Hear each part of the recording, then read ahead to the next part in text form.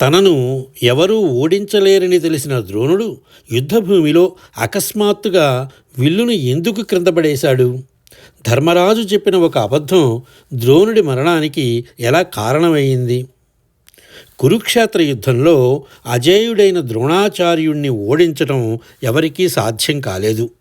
అప్పుడు శ్రీకృష్ణుడు ఒక మాయోపాయం ఆలోచించాడు.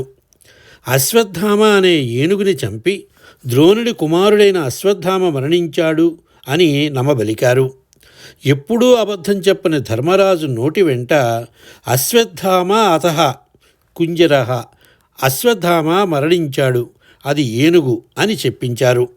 ధర్మరాజు కుంజరః అని మెల్లగా అనడంతో ద్రోణుడు తన కొడుకే చనిపోయాడని భావించి విల్లుని త్యజించాడు. ఆ క్షణమే ద్రోణుని వధ జరిగింది. ధర్మం గెలవడం కోసం సాక్షాత్తు ధర్మరాజు సైతం చిన్న అసత్యాన్ని ఆశ్రయించాల్సి రావడం మహాభారతంలోని ఓ గొప్ప రహస్యం.